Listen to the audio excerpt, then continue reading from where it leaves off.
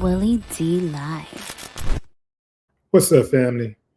Donald Trump, your president, claims that Mexico's president reached out to him and asked for some assistance in battling the cartel, the dangerous cartel. And, Trump, he just likes to help. He said, yeah, sure, why not? I'll help you out. Yeah, and he, talked about going down there and handling the cartel. Check him out. Saying that I offered to send U.S. troops into Mexico to take care of the cartel. She wants to know, is that true? Do you think I'm going to answer that question? That's why I'm asking. We'll see. I will answer it. It's true. Absolutely.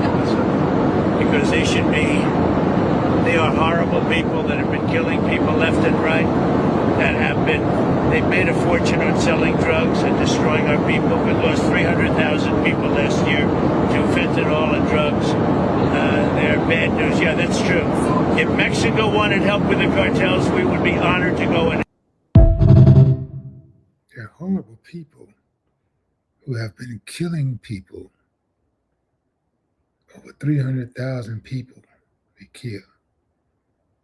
Let me run that back. I think I misheard that. Let me run that back. Because they are horrible people that have been killing people left and right, they've made a fortune on selling drugs and destroying our people. We lost 300,000 made a fortune of selling drugs and destroying our people. 100,000 people last year to fentanyl and drugs.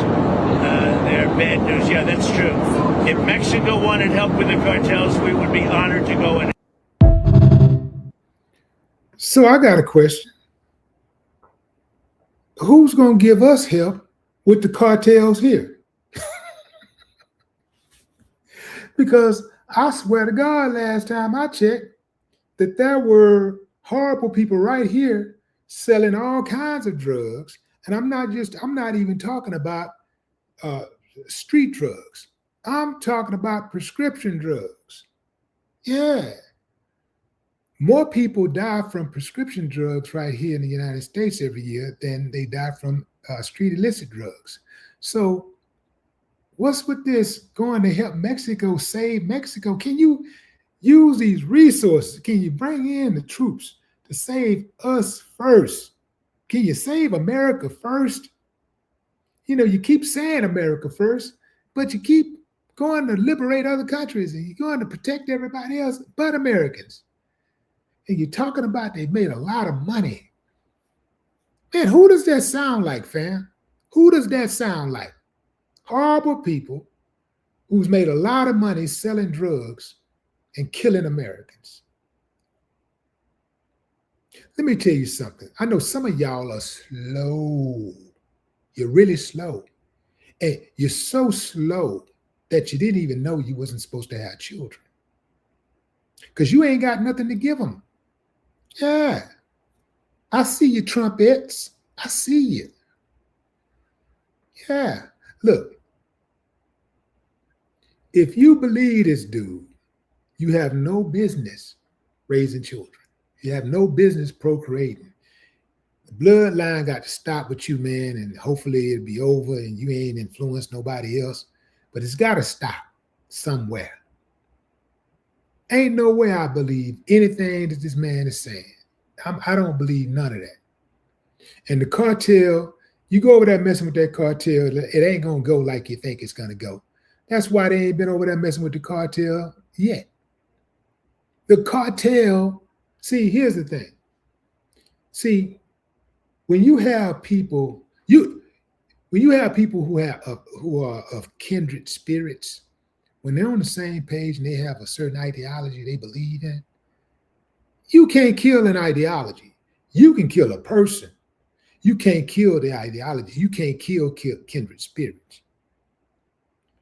Those people over there, they got a certain way of doing things, and that's just what they believe in. And for every one you kill, 10 more gonna pop up. For every leader you kill, you're gonna have another one take its place before the body hit the ground. You're not gonna get rid of them. You can only put a Band-Aid on a gunshot. That's all you can do. Just like they did in Chicago, like they did in DC, Minneapolis, you just putting a Band-Aid on it. You ain't gonna solve it overnight with that bully aggression stuff.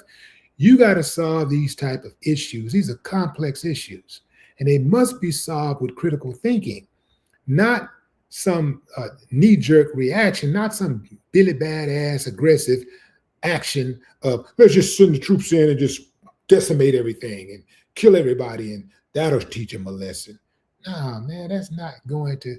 That's cool for. That's a short-term solution for a long-term problem. You see, you got to think long-term. Just like if you were investing, the best investors are the investors who go in for the long term. You're going in trying to hit that quick lick, trying to hit that quick lick that made more people broke than anything. But going in for the long term, steady gains, steady investments, that's how you become wealthy. That's how you get to the money. That's how you get to the real bag. Trying to go in and hit that quick lick, you'll lose it faster than you earned it. That's how that goes. You're not going to get rid of the cartel in Mexico anymore. Then you're going to get rid of the gangs in the United States, because it ain't just the gangs. It's the people in law enforcement who eat off the gangs. It's the people in law enforcement who eat off the cartel. You understand? These people include not just law enforcement, but members of Congress, members of Parliament, people who are in the political landscape. They're all in it together. The businessmen, they all eat off of it. That's why you can't get rid of it. You're not going to get rid of gangs in the United States because the police eat off gangs in the United States. The judicial system eat off gangs in the United States. The jails eat off gangs. The prisons eat off gangs.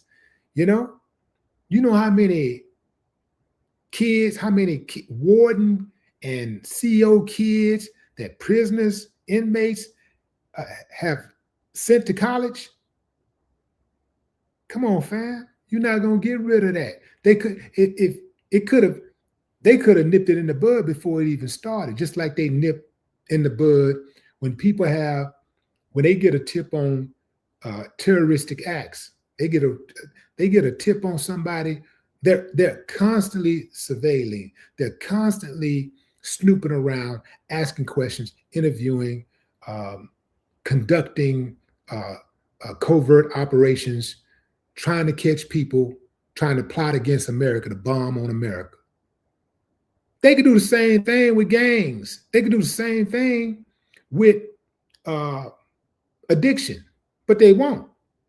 They won't, because it's an industry. It is a lucrative industry. So they're not going to get rid of it. They're not trying to get rid of it. It's all a game, fam. It's all smoke and mirrors. It's all smoke and mirrors. They need the chaos. They need it. You think they legalize alcohol just so people can have a good time?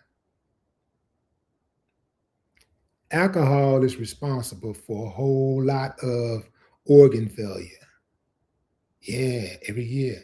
People go to jail. People go to hospitals with chronic illnesses caused by alcoholism.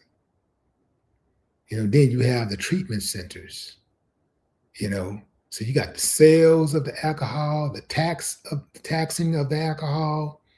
You got the treatment centers. You got the prisons. You got the jails. You got the auto repair shops. You got the mortuaries, the cemeteries. You got the court system. All of these entities eat off of alcohol. They're not getting rid of alcohol. Some of these places got so-called dry counties where they don't allow the sale of alcohol. But everybody in that dry county got some alcohol at their house. Come on, fam. You're just making people drive a little longer to get the alcohol. They still getting it. That don't make sense to me. a dry county when we just drive to the next county and get it. That don't make sense to me.